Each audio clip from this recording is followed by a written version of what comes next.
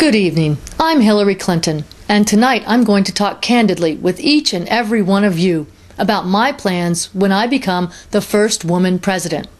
I will be answering some totally unscripted questions that I wrote so that you will know what I plan to do when I get into the Oval Office. Senator Clinton, how do you plan to provide universal health care when so many others have failed? Well, as the first woman president, under my administration, every American will have dual citizenship with Canada. They come here for our jobs, we go there for health care. I'm sorry, how does that work exactly? Well, say you live in Florida and you're having an appendicitis attack.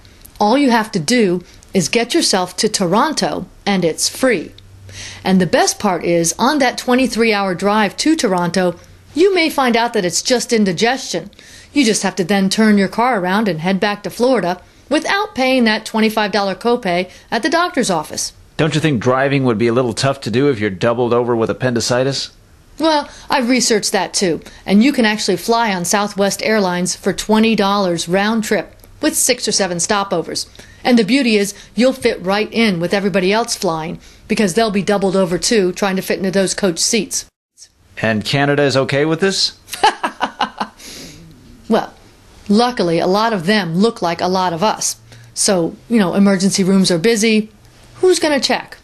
Okay, moving on here. My next question is, oh, yes, thank you. Deficit. We're in the red by trillions and trillions of dollars. How do you propose we get out? Well, luckily, as a woman, I know how to slash a budget. We are going to print coupons to use with other countries. 20% off oil on Thursdays, buy 2 billion barrels, get 500,000 for free. Wednesday night, ladies drink... Never mind, that's bills. Okay, that's fine, but what about the countries who are borrowing money from us and not paying the loans back? We are going to classify those loans as student loans. Then they don't have to pay them back because it's only Fannie Mae. Now, granted, we will try to get the money back, but if the countries keep changing their addresses, we won't be able to track them down. And one of your big issues is children. You even wrote a book titled, It Takes a Village to Raise a Child. Yes, it does take a village to raise a child. Oh, which reminds me, Britney Spears just called and asked me to recommend a village. Now, I understand your big push is also to rebuild the middle class. You say they're disappearing. Yes, I look for them everywhere I go, but they're never in Saks, Bloomingdale's, Neiman Marcus. So how do you plan to rebuild the middle class? Well, in order to have a class in the middle, I need some of you to volunteer to stay poor.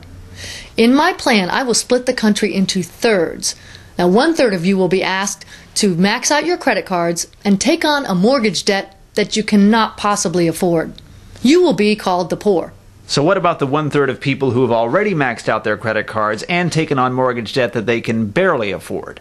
We will call them the middle class. See, in my plan, the poor and the middle class are interchangeable, and you can take turns. For example, one day you might wake up and feel more in the poor category. You've sent a child to college, taken on a credit card debt from the holidays, got hit with a huge car repair, whatever. You can switch with someone who feels more middle class. So what about the rich? Oh, I need 1/3 of you to become rich.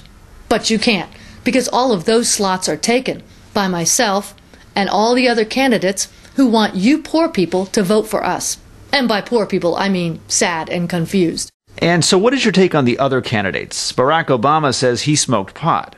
Oh, I have never smoked pot, though I did stand next to Bill once when he exhaled.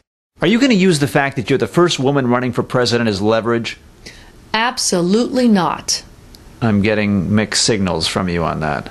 Oh, I'm sorry. I'm practicing for my next debate. No, please don't vote for me because I'm a woman. Vote for me because I'm not a man.